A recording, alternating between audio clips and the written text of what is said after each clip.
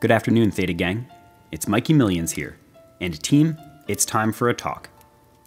I would first like to congratulate us for showing the world that retail trader is not a synonym for window-licking imbecile. We are a group of allegedly unsophisticated traders, but we turned the US stock market upside down this week and dominated financial news media. We took GameStop from a $5 stock to a $500 stock in a matter of days by playing by the rules the big money thought they could use to keep us down. And in the process, we made millionaires. I was not one of them. I sold my GameStop positions when I doubled my money from $4 to $8, and I thought I was smart. Turns out I was a paper-handed bitch. But this isn't about me. This is about all of us, and how a group of alleged clowns, some of whom probably have an IQ below 80, probably just changed the stock market forever. But how did this happen? How did GameStop, a company that had its heyday back in like 2007, go from $5 to $500 in such a short time? A lot of us don't know, and there are people asking me every day what the deal is here. The answer? All this was achieved through the short squeeze and its sister, the gamma squeeze. To understand the short squeeze, you must first understand what it means to short a stock. When a person believes a stock will go down, he can borrow a share from his broker and sell it on the open market, and for doing so, he receives cash, just as in every other sale. But he borrowed that share from his broker in order to sell it, so at some point in the future, he will have to return that to his broker. And in the meantime, he will have to pay a tiny amount of interest to his broker each day until that share is returned. The short seller's goal is to buy back that share on the cheap after the stock goes down, so he can return the share to his broker and keep the difference for himself. In the case of GameStop, you had a company that everyone thought was dying. Sales were down, they were losing revenue, and the management did very little to turn it around for years. Large hedge funds saw an opportunity to sell short. A particular firm, for example, started shorting when the stock was trading for $20. They shorted 1 million shares for $20 million. As the stock dropped, that firm and others kept piling on, selling shares short and receiving cash. And what happens when people keep selling shares? The price drops, and more firms start short selling to get in on the downward momentum. The short sellers were so passionate about shorting GameStop that they hardly ever bought back shares to return to their broker. They just kept shorting and taking on more cash as the stock dropped. This continued even when the stock was down at $5. So many people got in on the shorting that there were more shares sold short than there were in existence. Some clearing firm, broker, or market maker was loaning out shares that did not exist, so people could borrow them and sell short. At the peak, there were about 140% as many shares sold short than the company ever issued. That shouldn't even be allowed. Who were these huge offenders? Melvin Capital and Citron Research were the best known, and the greediest. Their fates would be decided later. But when the stock was so beaten down to about $5, a couple good things started happening for the company. First, they brought on Reggie Fils-Aime to their board of directors in March 2020. Reggie helped Nintendo America, which was actually going bankrupt in the late 90s and early 2000s, turn their business around and reach success. He was a great addition to the GameStop team, and this was good for investors. Second, we had Ryan Cohen, the co-founder of Chewy, the e-commerce platform. He bought 10% of GameStop shares and later increased that to 12.9%. His goal was to help GameStop modernize into a more successful company with online sales. What better person to revitalize GameStop than an e-commerce master in a time when everyone believes that GameStop must adapt to the digital world in order to survive? And finally, the PS5 and Xbox Series X were both released just prior to Christmas 2020, driving lots of customers to GameStop who wound lines around the building. These two new members of the board, plus the new console cycle, sparked much needed life into the company, and people started buying shares. When people buy shares, the stock rises. And when the short sellers realized that buying pressure was coming back and raising the price, did they buy back their shares, which were still cheap, and return them to their brokers? No, they shorted more. Despite their short sales slightly depressing the prices, retail traders piled into the stock, forcing it up just enough to move the needle. It was around this time that WallStreetBets really noticed an opportunity as identified prior by a real visionary by the name of Deep Fucking Value. With GameStop shorted to almost 140% of shares available, a strong upward move would force short sellers to cover quickly. Meanwhile, with 140% short interest, brokers were no longer charging minuscule fees for shorts to borrow their shares. These fees went up as high as 30% a month. If traders could buy enough shares to make the price rise sharply, then short sellers would not only suffer from having to buy back shares at a higher price than they sold them, but they'd also be facing continuous fees from their broker on the way up. This would double the pain and really motivate short sellers to buy back shares as quickly as possible so they can return them to their broker before they get destroyed. WallStreetBets and retail traders at large began buying shares en masse. This drove up the share price, and short sellers were getting hammered. They wanted to start buying out their short positions, but faced an additional factor they weren't ready for. No one was selling their shares. With WallStreetBets traders blasting diamond hand emojis and encouraging each other to hold, there were hardly enough traders for these shorts to buy back their millions of shares from. To cover their shorts, they had to buy higher than the market price in order to encourage people to sell their shares. This forced the price up very quickly, as much as 150% per day. In addition to this cause of price increase, GameStop also experienced a gamma squeeze. When a trader buys a call option, someone has to sell them that call. That could be another person, or it could be a market maker. Market makers are companies whose job it is, among other things, to buy or sell when no one else will, usually at prices that are very favorable to them. When someone wants to buy a call at a $100 strike, the market maker is probably the one taking the other side of that trade. They must sell a call at the $100 strike. But these market makers don't want to sell naked calls. If they sold 100,000 naked calls at the $100 strike to ravenous retail traders, and the stock went to 200, that market maker would be totally screwed. So when they sell a call, they buy some shares to hedge their risk. If the stock goes up, at least they have some shares to cushion the blow. And what happens when you buy shares? The stock price goes up. This is called a gamma squeeze. But as the price rose, did all the short sellers buy their way out?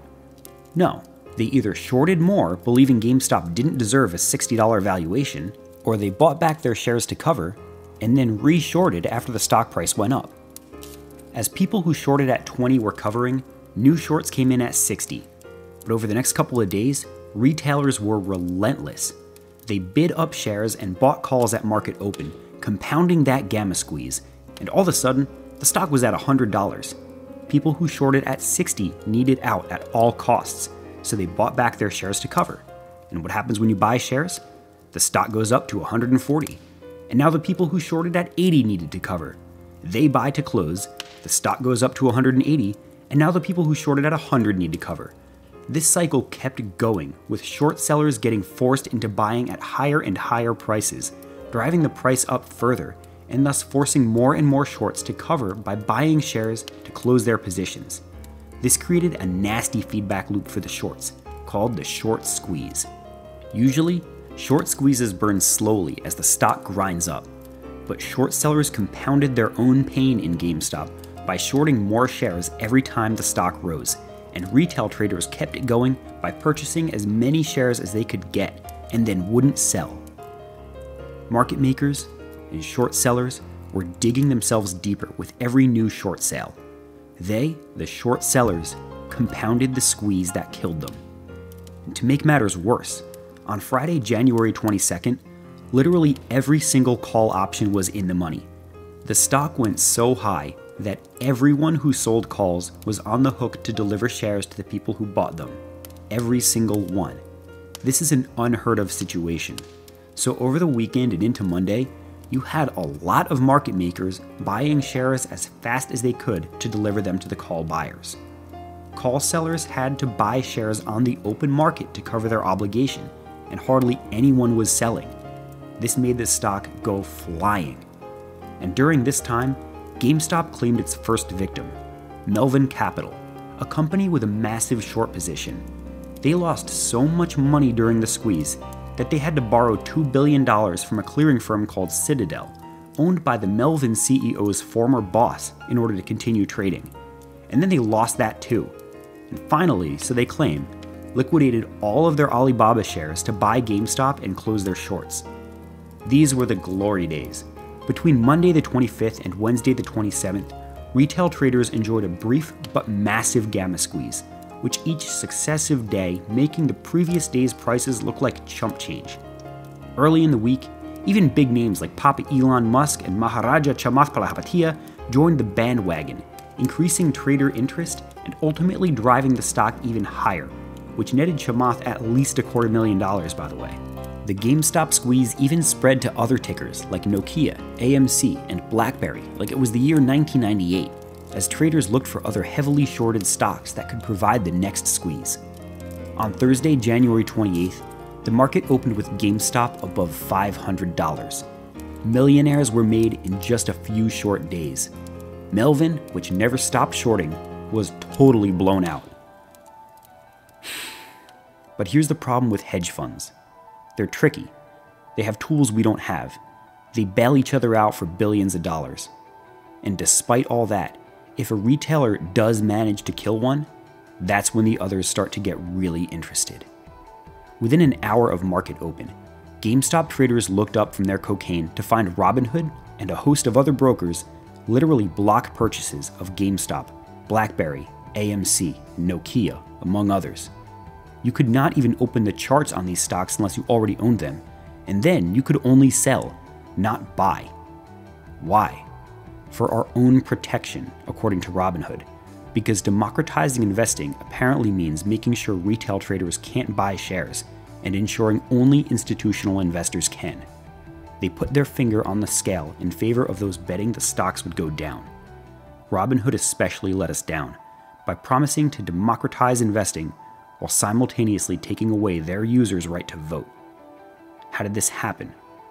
We got trickles of answers a few hours later, as Twitter bros and talking heads put the pieces together. Clearinghouses and brokerages had contradictory answers. According to the brokerages, the clearinghouses instructed them to stop allowing trading. Let's hear from Anthony Denier, the CEO of Webull, and his response as to why Webull switched off the purchases. He says, "Well, it wasn't our choice. Our clearing firm gave us a call and said we're going to have to stop allowing new opening positions in the three names, AMC, GameStop, and KOSS. And we just can't afford, well, we're not a clearing firm, but our clearing firm simply cannot afford the cost to settle those trades. So the brokerages or the clearing firms have to go into their own pockets to do it, and they simply can't afford the cost of that trade clearance. That's the reason why these stocks are coming off." End quote. This seems to conflict with a statement from Citadel, in which the company stated that they did not instruct or otherwise pressure retail brokers from trading and conducting normal business. Keep in mind, we don't know the whole story, but from what we do know, we can put the following narrative together. We do know that Robinhood does substantial business with Citadel, to whom it routes its orders. This is the same Citadel that made a $2 billion investment to bail out Melvin, who then lost all of that money too. Citadel, and apparently other clearinghouses like Apex, were a bit upset that their clients were losing money, especially if it meant that they would get into trouble and stop sending them orders. These clearinghouses then pressured the brokers to turn off purchases to retail. Only institutions could buy, aka the ones that needed to cover their shorts, while retail could only sell. It doesn't take a genius to figure out what happened next. Short sellers were able to push the price down because retail traders couldn't buy the shares.